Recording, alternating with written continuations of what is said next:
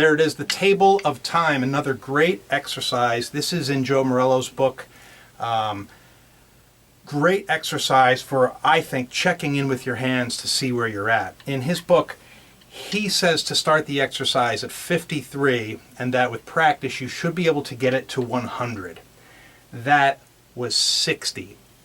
When I was in my 20s studying with Joe, I practiced this exercise, and I got it into the 70s, and I couldn't believe it could be done in the hundreds. And at a lesson with Joe, I asked him if he could play it in the hundreds, and he said, well, it's been a while, I'm a little rusty, but let me see what I can do.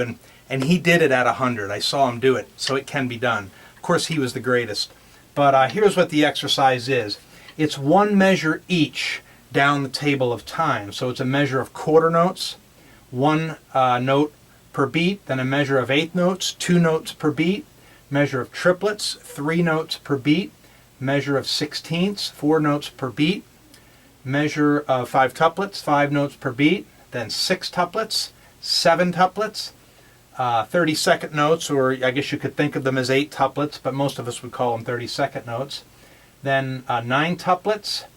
The 10 tuplet would be 2 5s together. The 11 tuplet, which I think of as 4, 4, and 3. And then the 12 tuplet, which is 2 groups of 6s. Now again, remember you're playing 4 beats. So 2 groups of 6s is 1 beat. So it's really 8 6-tuplets, twice as fast as you did them over here. The exercise is very challenging to play. Again, I like to use it as a check-in to see where my technique is at. I'll come to it, and if I feel good at 60, all right, I'm not out of shape. I'm still in pretty good shape. I'll work towards 75 again, as I did when I was younger, of course. But a couple tips on playing this. Quarter notes, eighth notes, triplets, sixteenths aren't bad. The 5 tuplets switch hands. From one beat to the next, you're going to see they switch hands. 6 tuplets thinks triplet, triplet, triplet, triplet.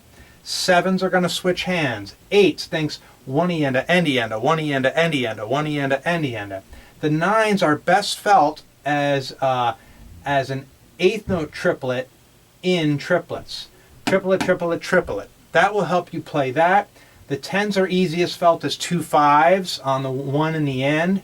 The 11s are the hardest. They switch hands, they have to be even, and 11 doesn't divide evenly. So you have to go 4, 4, and 3. Little accent might help you get through that.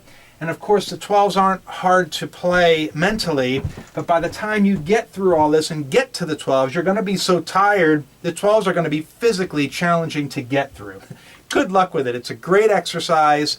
And on a side note, I do want to add, in Joe's version of it, he adds quarter note triplets up here in between 1 and 2. I left that out just to keep it simple for you.